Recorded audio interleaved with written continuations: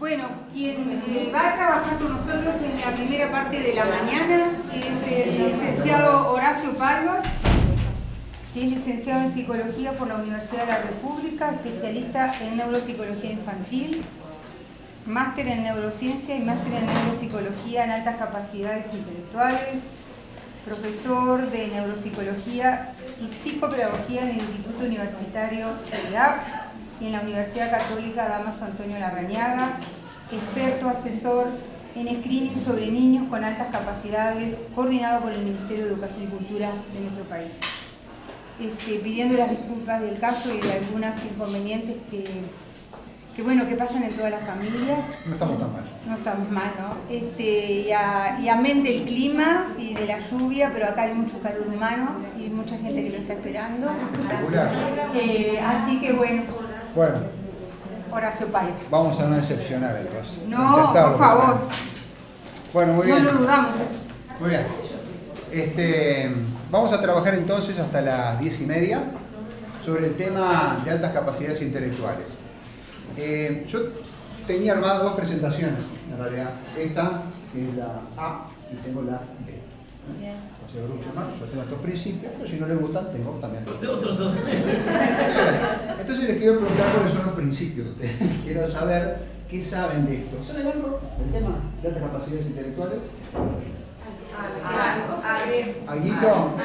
Bueno, capaz que hacemos un repasito, porque si no, si vamos de pique a lo que hay que hacer, cómo los identificamos, no sé qué, no sabemos a quién estamos identificando, si no sabemos de qué va el rollo ¿no? Bueno,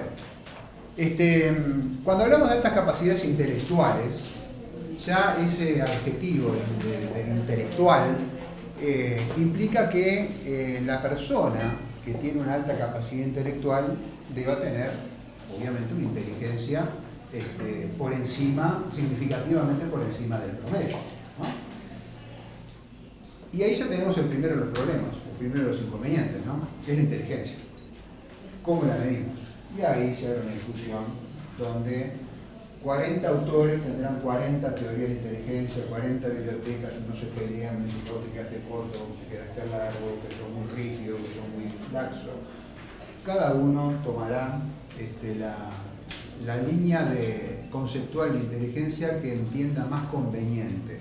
Y esto no es una cuestión acomodaticia cuando digo conveniente. Cuando digo conveniente me refiero a que, por lo menos en mi opinión, las teorías no son ni correctas ni incorrectas. Las teorías se tienen que contrastar con la realidad y tienen que tener un marco de utilidad, porque si no, son teorías vacías y son distanciadas de la práctica con tal magnitud que no son aplicables. Entonces tenemos que tener un equilibrio entre teoría y práctica, y eso es más que cierto cuando hablamos de teoría de las inteligencias, porque las teorías de las inteligencias, o la teoría de la inteligencia, nace después de los test de inteligencia. ¿Cómo? Primero hizo los test de inteligencia, después se pusieron a pensar, ¿qué será esto de la inteligencia? Hasta que vine por ahí y otros más dijeron, bueno, inteligencia es lo que mide mi test de inteligencia. Bueno, la barra. Solucionábamos inmediatamente las cosas, ¿no? Muy inteligente. Muy inteligente. Entonces no decían nada. Pero a partir de determinado momento, la psicología, cuando se constituye como disciplina científica, que fue a principios del siglo XX, con una fecha más o menos, cuando estamos todos de acuerdo, finales del XIX, se da ese nacimiento como disciplina científica a punto de partida de la psicometría.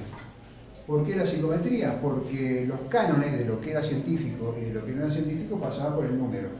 Y si lo podías cuantificar, lo que vos hacías era científico. Si no lo podías medir, pesar, etcétera, no podías considerar que tu disciplina entonces estaba observando fenómenos con un método científico. Entonces, los psicólogos de la época se fueron distanciando cada vez más de la filosofía, quizás fue un error, pero bueno, fue lo que buscaron, y se acercaron más a la psicofisiología, donde ahí sí tenemos una serie de fenómenos que son medibles.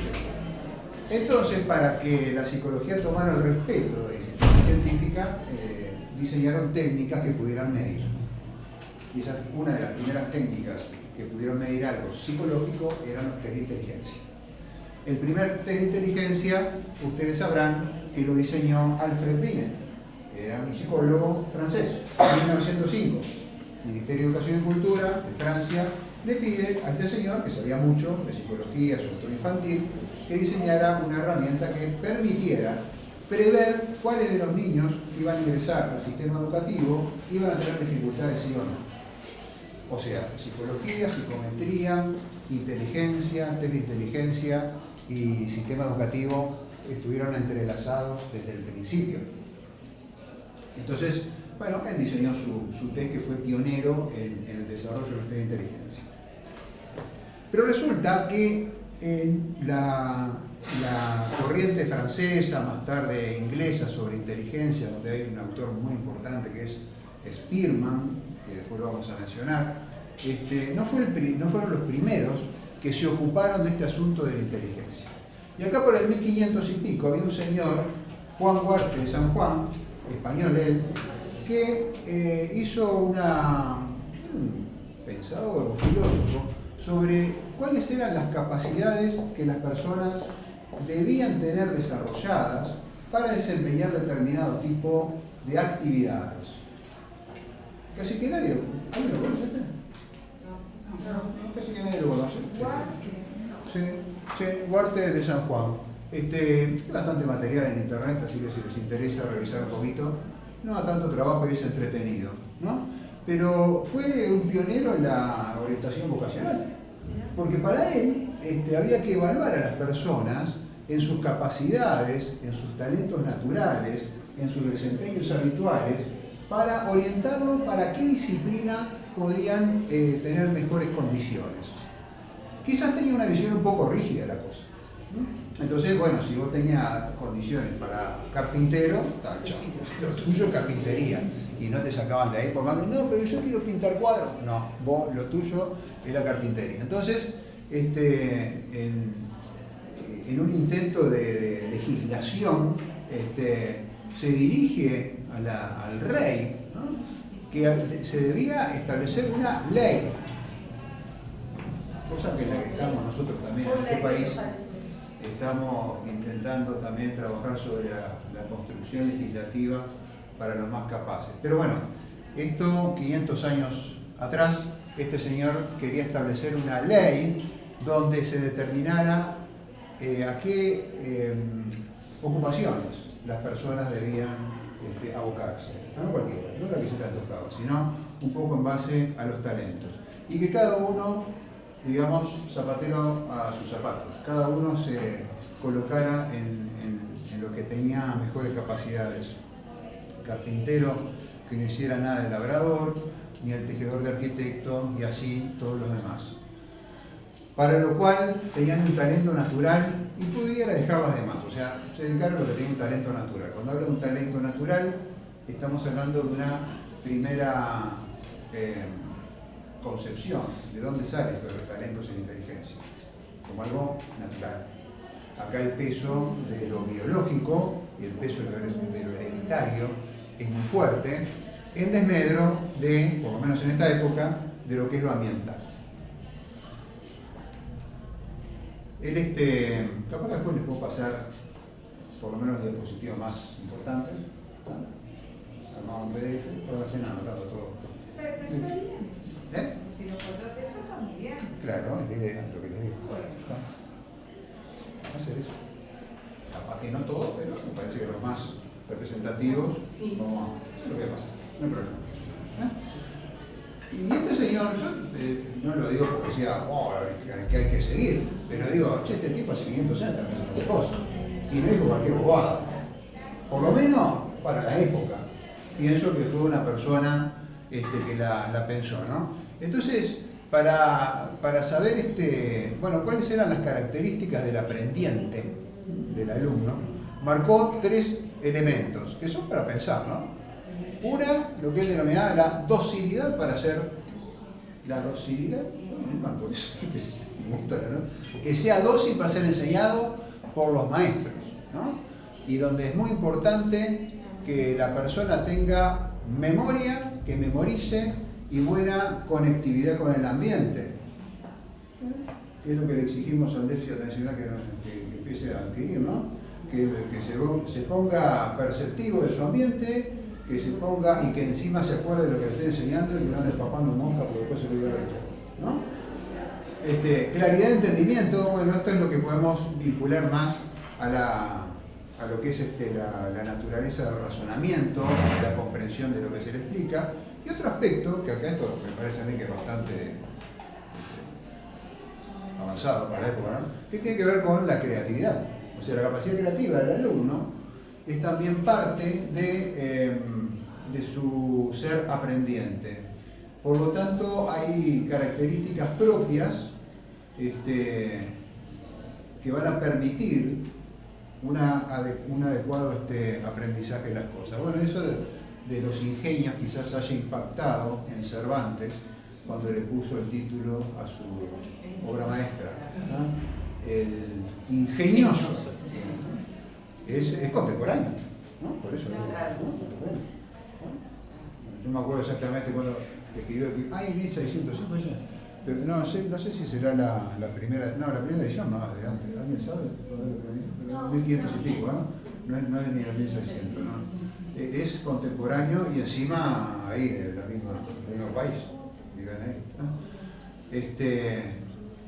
Bueno, esto de Gardner,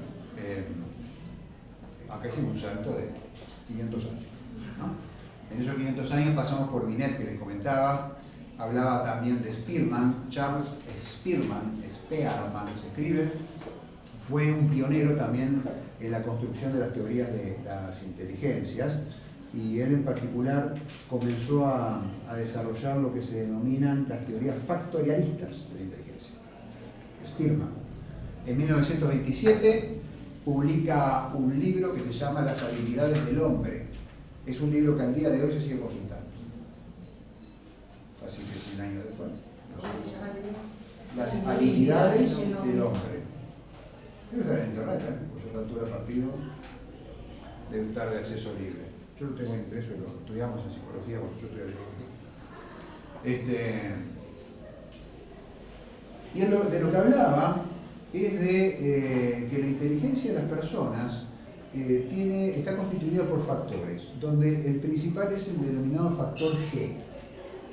El factor G es el factor general de inteligencia, pero que además de ese factor G, general de inteligencia, hay factores específicos, los factores S, o factores E, como decimos nosotros haciendo la traducción, ¿no?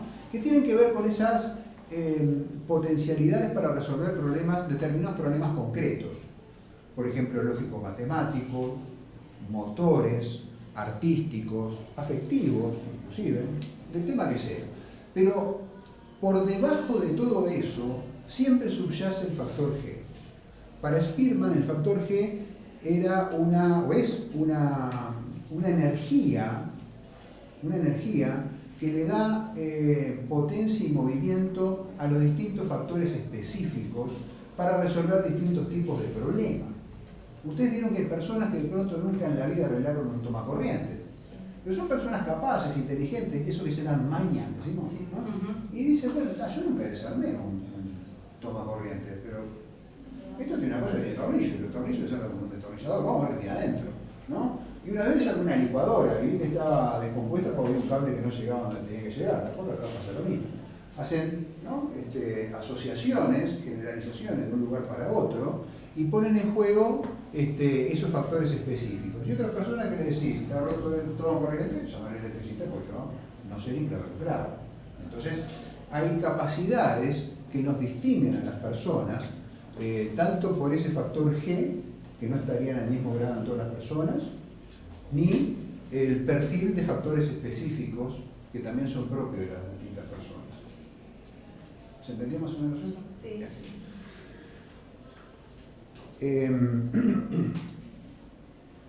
Y en base a esa concepción factorialista de la inteligencia es que se han construido la gran mayoría de los test de inteligencia. Por ejemplo, las escalas Bechdel, que son de las escalas más conocidas para evaluar, no solo nuestro medio, internacionalmente es así, ¿no? Para la evaluación de la inteligencia, tanto de preescolares, adolescentes, escolares, adolescentes y adultos.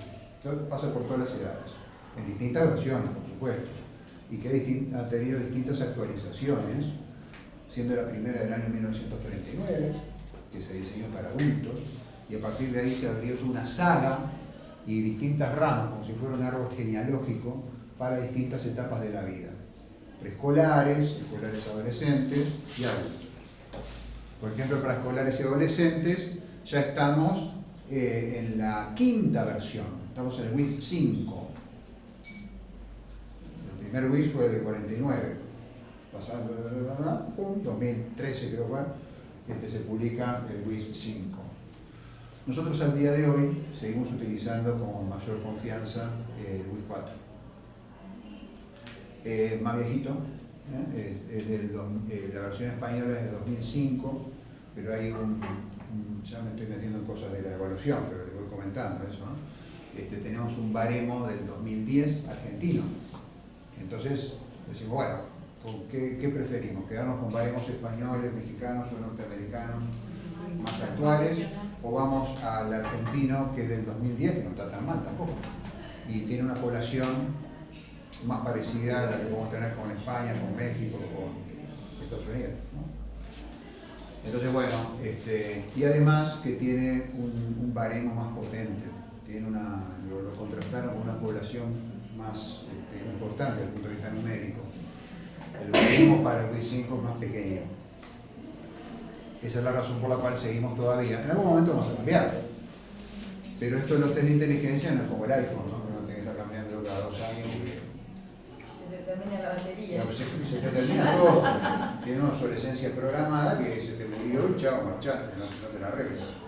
Y para acá, para Uruguay, no se puede, no se hace adaptación para la población uruguaya. Excelente pregunta. Se hizo, primero, hacer una adaptación para eso es un trabajo súper arduo y muy costoso, ¿no?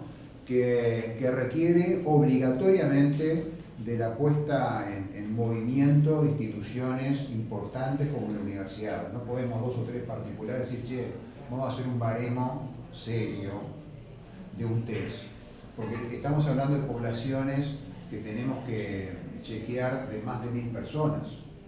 Entonces es inabarcable para personas o instituciones, profesionales independientes o instituciones pequeñas. Y se hizo, acá tenemos muy poquitos baremos para los test que usamos habitualmente, muy pocos baremos nacionales, ¿no? Poquitos. Y uno de ellos, el más importante que se hizo en los últimos tiempos, fue con el WIS 3, que era la versión anterior, el WIS 4. Y ese baremo que se hizo en Montevideo y área metropolitana, está muy bien hecho. Lo hizo la Universidad de la República, en la Facultad de Psicología y la Facultad de Ciencias Económicas, para ver un poco el tema de estadística, que es muy importante hacerlo muy bien, y se hizo un trabajo excelente. Pero ¿qué pasa? Cuando se publica, en el 2010, el WIS 3 se deja fabricar. Entonces es como que se armó algo para... Además para hasta 12 años, ¿no? Y además, muy bien Garibaldi, la acotación. Además tenía la limitante, tiene la limitante de que solo para edad escolar. Y el WIS 4 va hasta los 16 años, 11 meses. O sea, lo podemos usar en la población inicial y el WIS 3 no. Entonces esa es la razón por la cual yo no lo estoy enseñando, el WIS 3. Porque si no enseño algo, es como que enseña a manejar un vehículo que se dejó fabricar. Y solo se cuenta con algunas copias que no son los originales, porque la editorial no publica más. Y bueno, entonces nos obligaron a pasar. A mí me hubiera gustado seguir con el WIS 3, porque me gusta mucho la técnica y me gustaba mucho más el tema de que tuviera un baremo nacional, estaba bárbaro. Pero sucedió eso. Así que bueno. Por otra parte está este otro señor que ustedes conocen, que es Gardner. ¿Lo conocen? Sí. Bien, bárbaro. Gardner está, no digo en las antípodas, pero está en otra posición bien diferente. Más bien diferente, no diferente.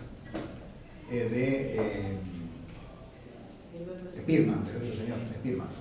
Porque él plantea que no tenemos una sola inteligencia, con un factor G y todo lo demás, sino que en realidad lo que tenemos son varias inteligencias, distintos tipos de inteligencias, ¿no? Pero que esas inteligencias las tenemos todas las personas, en distinto grado. distinto grado de desarrollo, que tiene un componente, plantea él, neurobiológico, o sea, hay algo que ya es constitucional, que se va a desarrollar ambientalmente y que marca los distintos perfiles cognitivos y sociales de las personas, porque la inteligencia no es algo que se pone solamente en la resolución de lo estrictamente racional.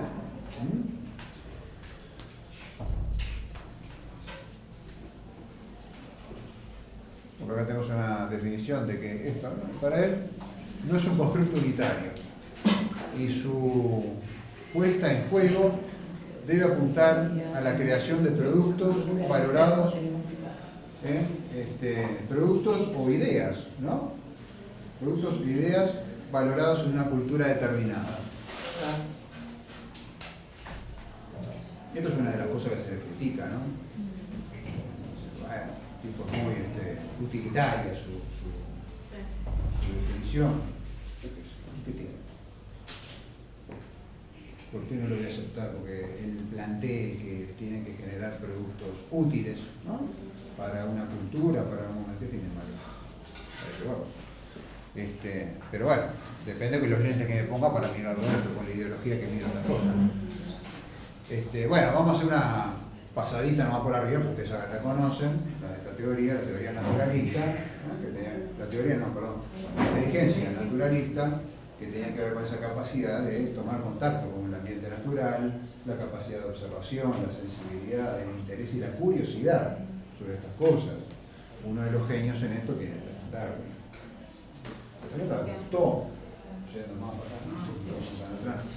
Y otro detalle, entre paréntesis, de cuando hablamos de altas capacidades intelectuales, que lo podemos leer desde la teoría de las inteligencias múltiples, no pensemos solamente en los Darwin y en los Cousteau, porque hay gente que tiene un excelente desarrollo en inteligencia, por ejemplo, naturalista, y no llega a ser un genio, le pongo algo que es un genio, ¿no? Como puede ser Darwin o puede ser Cousteau, puede tener una excelente capacidad en inteligencia naturalista y es un ilustre desconocido. Te voy a hacer una pregunta. Disculpa. Las altas capacidades las podemos leer desde esta teoría. Sí. Sí. Porque todavía no tengo, como que estoy medio en pañales en el tema de las altas capacidades. Bueno. Pero se leen desde esta. Puede ser leída de esta, puede ser leída de Spearman, puede ser leída desde distintos teóricos, que no vamos a entrar en todo eso porque no nos va a dar ni de cerca.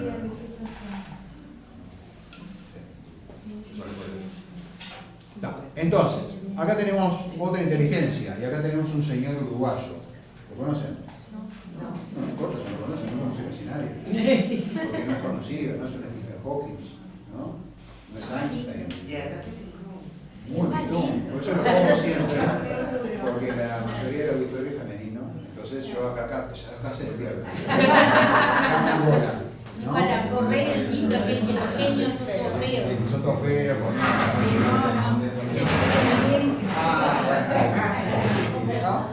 tiene varios.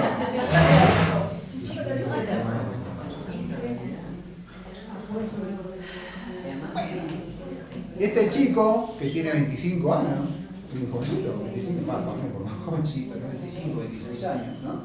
Es integrante de un equipo de trabajo que el año pasado ganó el premio Nobel. No lo ganó el Nobel.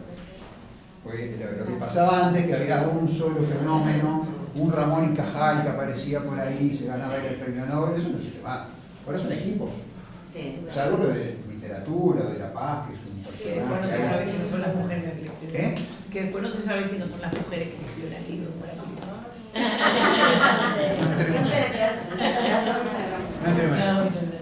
No, pero el apoyo de las mujeres es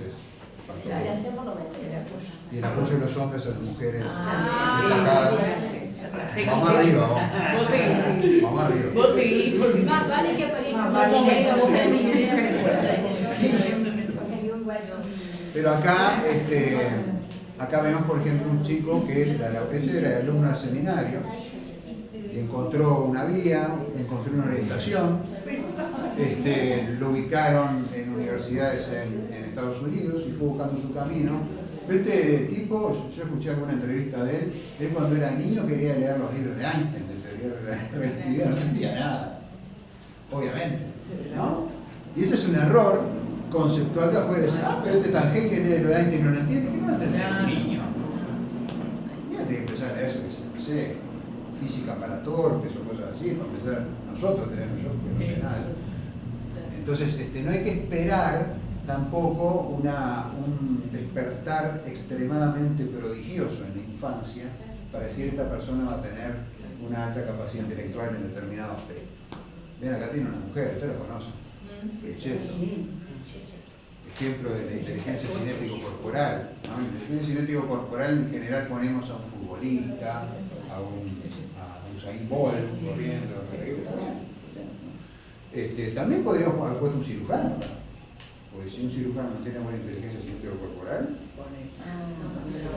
está con el horno. Pero bueno, acá me parece que esta imagen es muy elocuente de lo que es esa coordinación superlativa en cuanto al logro, pero claro, no se olviden de algo que ya voy comentando desde ahora.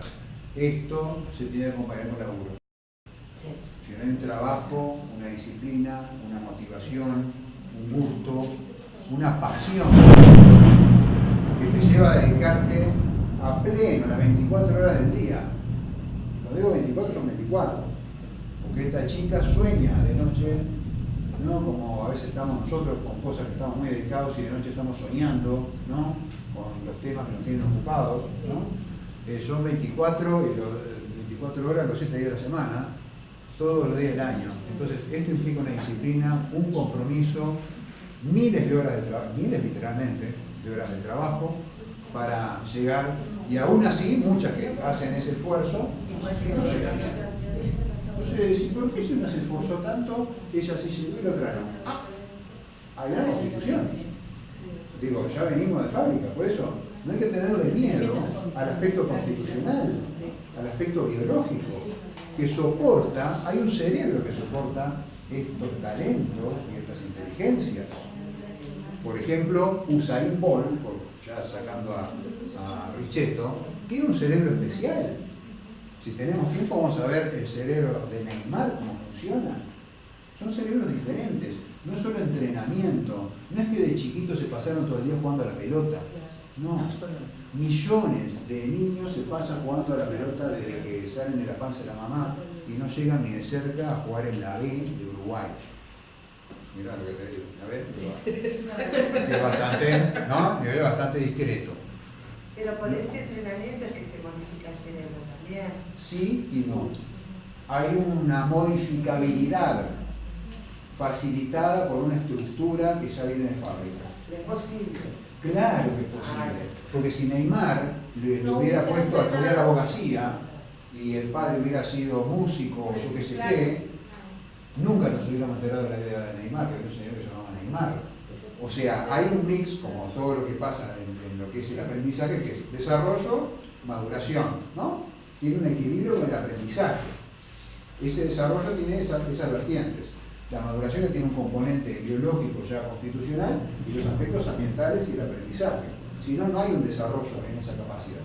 ¿Está? Pero lo que les quiero decir, que por ejemplo hay gente que critica a Forlán y dice, Forlán llegó porque entrenaba mucho. No, pará. Entrenaba mucho porque tenía condiciones. No era el Chino Recoba, que tenía más condiciones todavía y entrenaba cuando tenía ganas. Y la rompía, loco, ¿no? Entonces, a veces hay un equilibrio. Cuando tenés muchas condiciones, necesitas menos entrenamiento. Y otros que tienen buenas condiciones, pero que necesitan mucho entrenamiento para llegar a ese nivel. García Morales, que no es Raúl libre, el tipo tira 500, 600 libres por día, hasta el domingo. Entonces, ¿cómo hace este tipo de esa frialdad que se le viene en el Palacio Mirador encima? Y yo digo, ¡tup! Para adentro. ¡Tup! Para adentro. Pero el 25 de diciembre que le hablan a abogada para ir a mirar. Sí. Ronaldo entrenaba de noche. Yo creo que ejemplos más claros que Cristiano Ronaldo no hay. Hay muchos ejemplos. Maradona jugaba de niño en el canterín donde nació, cuando se apagaban las luces con la pelota, jugaba con los amigos para tener mejor perceptividad. Eso lo hacía de niño Maradona. ¿Entendés? Claro, él jugaba con muchos y los otros no llegaron, él sí llegó. ¿Está? Entonces, lo que yo les quiero decir es que el trabajo es muy importante, pero el trabajo tiene que hacer. Yo, por ejemplo, a una computadora, a una Pentium 1, le puedo meter el Super Windows 10 con no sé qué, no va a correr. ¿Entendés? Tengo que tener por lo menos un Pentium 4, 5, yo qué sé qué. ¿No? ¿Me entendés? O sea, quiero decir, tiene que haber un hardware sobre el que asiente el software. Por más que yo le ponga al chinito 25 horas a tocar violín por día, capaz que el tipo es un tronco. Termina su infancia y el tipo está frustrado en su vida, se le fue la infancia ahí peleándose con un violín que lo va a odiar toda la vida. Porque el tipo no le gustaba, no tenía condiciones para eso, pero digo chinito como digo uruguayito, igual, el chinito. La lingüística, que tiene que ver con esa capacidad de transmitir, ¿no? De poner para eso, esto es una inteligencia muy importante para casi que todas las cuestiones que nos dediquemos en la vida. Tenemos que tener una capacidad comunicativa, pero la capacidad lingüística no solo se pone en juego en oradores geniales como este, sino también, por supuesto, en los escritores, por supuesto, cuando tenemos que dar una clase, como ahora, tenemos que tener una cierta inteligencia lingüística. Los vendedores, sino como presentan su producto. Los comunicadores. Todos, los comunicadores, los periodistas, ¿no? Entonces tiene que tener una buena inteligencia lingüística, que la ejercemos cuando emitimos, pero también cuando comprendemos, cuando leemos, ¿no? En general, las personas con buena inteligencia lingüística son ávidos lectores, les gusta mucho leer, ¿comprenden? Y les gusta aprender por esta vía. Porque cuando digo ahora aprender por esta vía, las inteligencias múltiples también nos orientan a ver por qué lado tenemos que entrarle a la gente. Y tenemos que tener el ojo alerta en nuestro alumnado cuáles son las mejores inteligencias que ese alumno tiene. Que no es fácil. Y Gardner no tiene test para eso. Él apela más a la observación y a los protocolos de observación. La observación es de la observación de las entrevistas individuales con los alumnos y con la familia de los alumnos son las herramientas más valiosas. La otra vez estaba leyendo un libro de neuropsicología sobre evaluación neuropsicológica. Un tipo, no me acuerdo ahora el nombre, decía: el mejor test neuropsicológico es la vida. Y no es una frase ya que quedara linda. Es así. Yo siempre cuando trabajo el tema de las evaluaciones, hago mucho énfasis en lo que es la entrevista. Mucho más que en los test. Es la técnica, en mi opinión, más valiosa.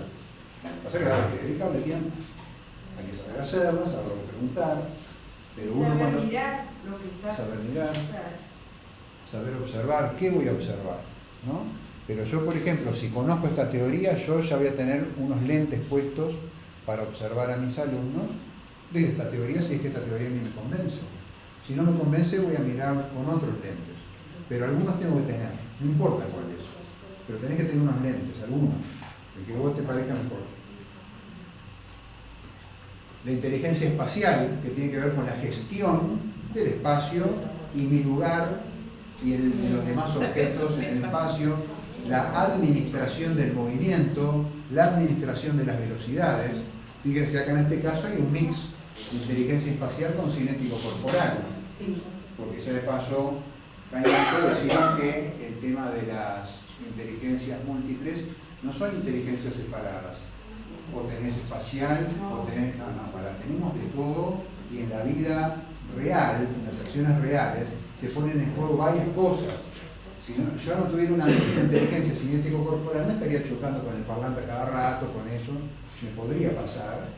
No me pasa porque tengo cierta destreza y ya entrenamiento de estas cosas y no me ando, por ahora, echando por nada, ¿tá? Y más o menos voy administrando el espacio, los movimientos, tengo que poner en juego la inteligencia lingüística y otras más, como la intrapersonal, que es otra de las inteligencias, que tiene que ver con esa capacidad de conectar con uno mismo, esa capacidad de introspección. Hay personas que tienen o tenemos una mayor habilidad para eso, para darnos cuenta de nuestros estados propios, y otras personas son bastante...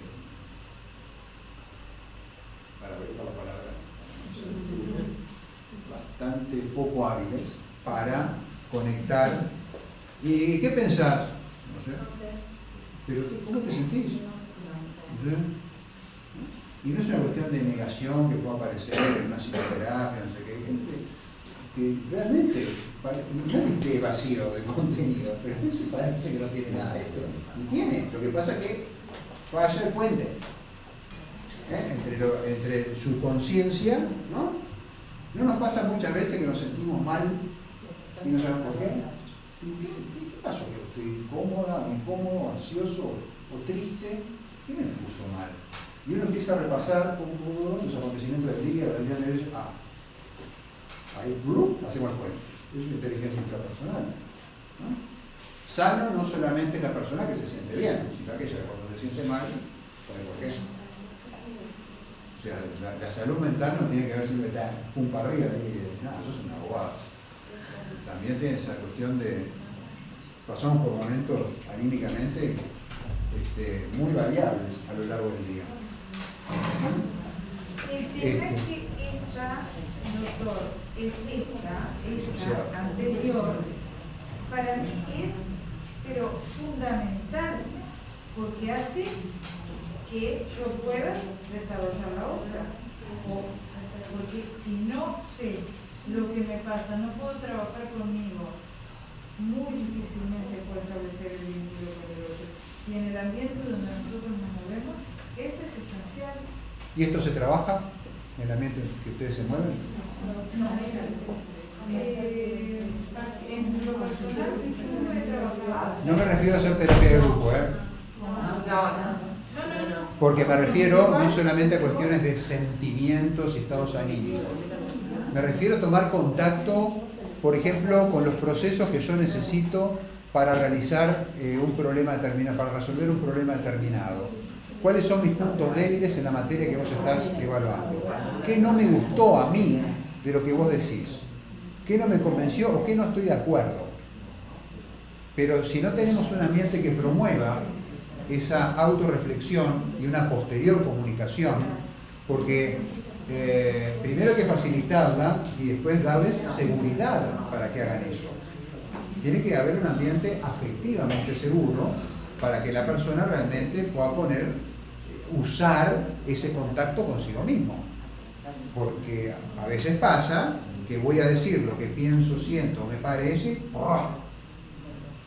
pruebo otra vez, y ¿sabes qué? No digo, a mí poneme un 5, un 6, que tú tenés en familia. Justo entro aquí yo, porque es un tema muy inspectora, importante. ¿cómo le va? ¿Cómo está usted? Porque en realidad nosotros que trabajamos en la Red Mandela y este año en el kit de la Red Mandela fue especialmente un trabajo con esto, o sea, el tema de trabajar grupalmente y poder decir qué me gusta, qué no me gusta, cómo me siento, cómo me sentí con esto, qué cosas no quiero, qué cosas no quiero. Eso hay incluso actividades planificadas, ¿verdad?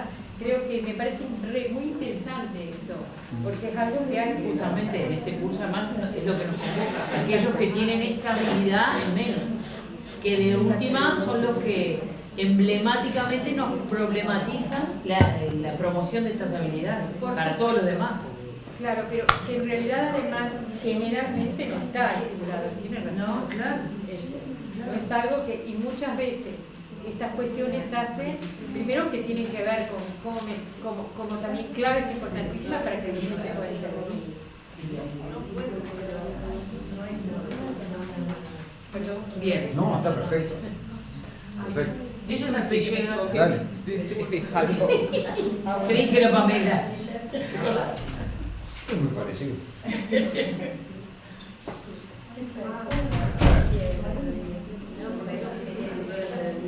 Claro. Pero hay alumnos y alumnas que tenemos en los salones, en todos los salones, sea a nivel que nos dejemos, ¿no? Primaria, secundaria, universidad, que tienen naturalmente esto, ¿no? Bien desarrollado. ¿El asunto? Es si le voy a dar un lugar dentro de mi clase, bueno, si voy a valorar esto como una habilidad importante para la construcción de su desarrollo y de su crecimiento, de su maduración como persona, o no.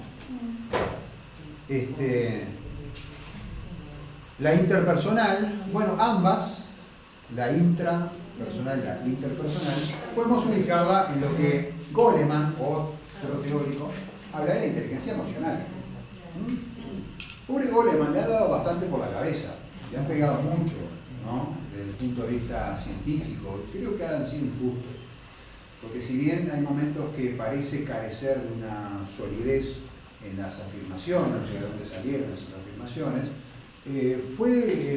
no fue el primero, pero fue el que habló de esto, pero fue el primero que difundió la idea de que el pensamiento y la inteligencia no es solamente racional, y eso está buenísimo, eso es un golazo, y le llegó al público amplio, eso es otro golazo, o sea, porque ¿qué importa de qué es solo en la academia? El asunto es que llegue a todos y que todos podamos pensar que ser inteligente también es ser emocionalmente inteligente. Y Gardner lo analiza o lo desmenuza un poco más, hablando de esa inteligencia intrapersonal que les comentaba, y la interpersonal, que tiene que, acá hay un vendedor, por ejemplo, que estamos hablando de un vendedor, uno que está haciendo un acuerdo con alguien, ¿no? Que tiene que ver con el encuentro con el otro, la capacidad de comunicarnos con el otro, entender cuáles son los estados anímicos, los estados mentales de la otra persona. Tiene mucho que ver con eso que se llama la teoría de la mente, que son las hipótesis que yo me hago de qué tiene en la cabeza el otro, qué siente, qué piensa, en la base de la empatía y de las relaciones sociales. Si no hay una buena inteligencia interpersonal, no deberíamos ser docentes, no deberíamos ser psicopedagogos, ni psicólogos, y si no tenemos esto, vamos a tener que entrar a desarrollarlo, porque esto es imprescindible.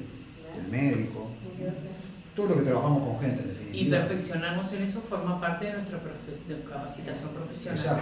Exacto, porque Forma parte. Porque, lo que comentaba la compañera, sí, hay una cuestión que ya viene medio fábrica, pero si a vos no te llevan a formarte en eso y no te promueven todo esto, hay cosas que nunca van a aparecer. Si Mozart hubiera nacido en una familia de carpinteros, nunca nos hubiéramos enterado de este asunto. Esto es la base de la empatía, del encuentro. Las inteligencias no siempre se llevan por el buen camino, no siempre van hacia la bondad, ¿no? El psicópata tiene una gran inteligencia interpersonal, capta enseguida cuáles son tus intenciones, cuáles son tus deseos, cómo estás anímicamente, el mal vendedor de autos, digamos, o el mal vendedor de terrenos, ¿no? Que te enchufa un clavo y te vende un terreno que queda en el agua, ¿no? Es un tipo que te lo vende porque sabe que vos querés tener tu casita en la playa, sabe que querés estar frente al mar, no adentro del mar, pero él te habla de eso y sabe que te va a venir bien que gastes poco, y te ofrece un terreno baratísimo, y encima puta, vamos ahí, comprar, pero él lo compró, ¿no? Algo así, ¿no? Y así lo demás, ¿no? O sea, tener una buena inteligencia interpersonal no quiere decir ser una buena persona con los demás. No te escuché. Los políticos. Cuando, bueno, el otro que estaba hablando de Luther King, bueno, en definitiva son todos vendedores. Uno vende autos, otro terreno, otro vende humo. Sí. Todos son vendedores. Todos somos vendedores. Y no hay que tenerle miedo a la palabra vendedor. Yo tengo mucho respeto a la palabra vendedor. La tengo mal conceptuada. Decir que alguien es vendedor es sinónimo de estafador. Y no es mentira. Hay vendedores estafadores y vendedores que nos acercan. Nosotros que vendemos ideas, vendemos servicios, vendemos un servicio educativo. Nos guste o no nos guste, somos vendedores también. Y lo tenemos que vender bien. Para que el cliente, nuestro alumno, reciba un buen producto, un buen servicio nuestro. Y que salga del aula a fin de año mejor de lo que entró. Sabiendo que nuestro cerebro está cambiando todo el tiempo. Todo el tiempo. El docente lo que hace... Creo que todas las inteligencias, cualquiera de las 7 que se plantean, tienen la parte positiva negativa. Se desarrollan, pero cada uno dice esos son los valores. ¿Para qué la utilización? ¿No? Porque yo puedo desarrollar una bomba atómica, puedo desarrollar una tratamiento de la base. Escucharon a la compañera, ¿no? No. Bueno, dejamos hablar.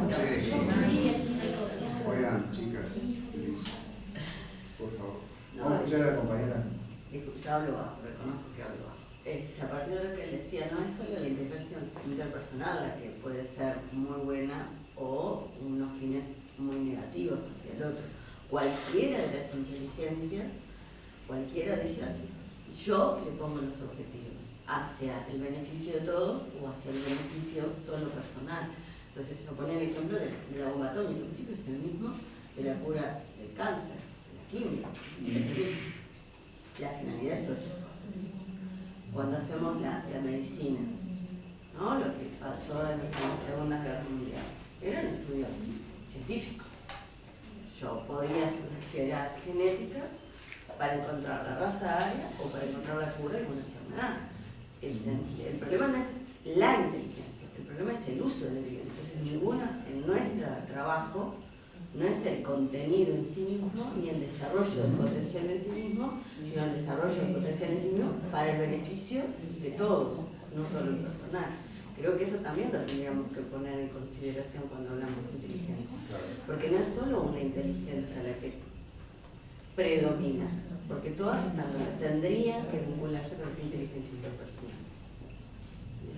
Sí, hay una aleación de inteligencia. Lo que tú estás comentando está muy bien en cuanto a la direccionalidad de los recursos cognitivos que tiene la persona, hacia dónde lo dirige.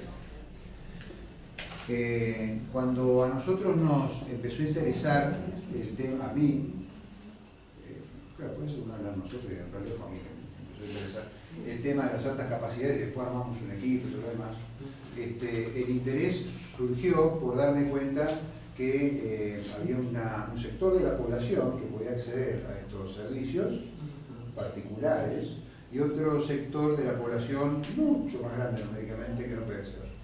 Y que no había dispositivos estatales, digamos, que dieran respuesta a eso.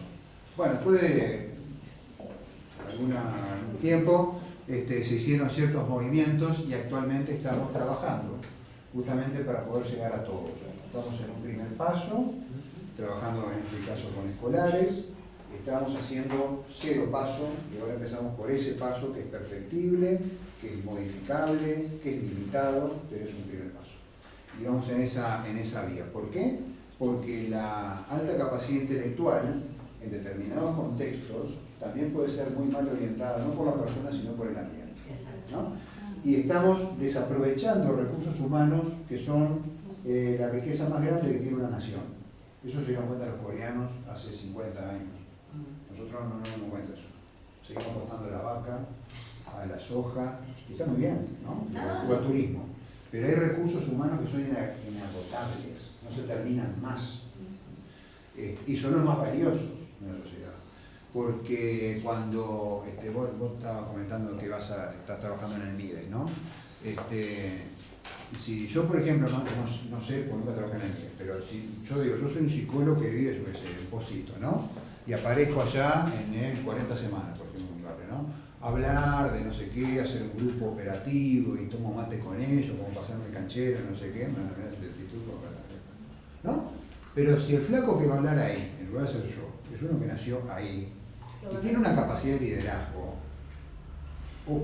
me encontré con un líder positivo que lo voy a escuchar porque este botija se crió conmigo, pasó las mismas que yo en la infancia, fue la misma escuela, era compañero mío, era el abanderado, ponele, pero ahora, en lugar de agarrar para los tomates, tiene una adecuada orientación cuando dejó de ser niño y empezó a ser un adolescente, y generó ciertas protecciones de una vulnerabilidad social que en este caso sí puede ser un superdotado dedicado a, yo qué sé qué, a hacer cosas solo para él, positivas para él y para su familia, con él, con suerte, y lo demás que me importa, ¿no?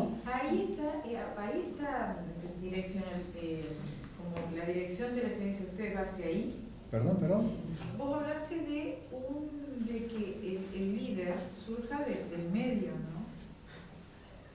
A ver, ¿cómo sigue la idea? Claro, vos dijiste, si sos ese tipo de cositas que vas a hacer canchero como hay encontramos, porque es la realidad. Sí. El otro lo decide. Si sale del medio alguien que pudo resurgir de ese medio adverso, es diferente. La experiencia o le estoy entendiendo mal? Yo creo que tiene que ver con la empatía, o sea, de cómo uno ¿no? trabaja en ese tipo de contexto. Creo que viene por ahí, o sea, de cómo cae uno en ese contexto. Más allá de... Yo creo que lo que el doctor está diciendo es muy interesante. Muchas veces vamos a trabajar los contextos y tanto, capaz que las intenciones son buenas, pero lo que hago y lo que genero en el otro no es lo mejor. Y el otro lo percibe. Claro, lo que no hay que generalizar ni por un lado ni para el otro, ¿no? Y las cosas que se están haciendo son cosas valiosas. Yo lo que digo es que hay recursos que actualmente se están desperdiciando. Punto. Yo lo que yo digo. Genuinos, el territorio. Ahí va. Que Y sí, el trabajo naturales. es rescatar eso. El trabajo es identificarlos, no darles un palo por la cabeza, no ponernos en docentes envidiosos de que ese chico sabe más que yo y me cuestiona. ¿Y quién se cree que es para ponerme en ridículo delante de los demás? Si yo soy tan chiquita desde el punto de vista madurativo, chiquito, a ese botija le voy a hacer un infierno la vida. Porque le voy a agarrar bronca en una relación jerárquica. Yo creo que te puede pasar. ¿Y cómo se va a te agarrar una jefa que te tiene bronca? Te la hace ver a cuadritos. Llega llorando a tu casa. Vos adulta, ponele, no sé, capaz que no te pasó nunca, pero imagínate una situación así. Capaz que me pasó, pero no me hizo llorar. Bueno, no te hizo llorar, pero te hizo angustiar. Y vos sos una adulta, pero sí hay chicos que no son adultos y pueden estar pasándola mal por esas circunstancias. Cuando digo chicos me refiero a adolescentes, me refiero a escolares y también a preescolares. Las cosas pasan y tenemos que tener autocrítica. Diga. A mí me mente preguntarte si podés desarrollar ese primer paso mínimo que se está haciendo. Tú dijiste ese paso cero, mínimamente. ¿Lo que estamos haciendo? Ah, bueno, sí. Sí, porque tiene más que ver con lo escolar y no sé. Les interesa a ustedes porque esto después Saber por lo menos qué se van a recibir de liceales, digo yo, algunos de esos. Lo que estamos haciendo es lo siguiente. Tomamos una... No, pero acá hay también primaria. Primaria, secundaria y todo. No, me equivoqué entonces. Bueno, no sabía. Estaba mal informado, me equivocaba, mal informado. Entonces, son más maestras que no. Bueno, vamos a ver. Entonces, el asunto es así. Lo que se está haciendo es lo siguiente.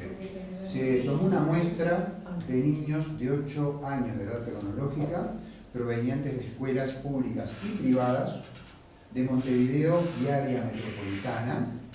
Y estamos utilizando y ya prácticamente terminando el análisis de esa muestra con un test de screening que se aplica grupalmente. Es un test de screening para alta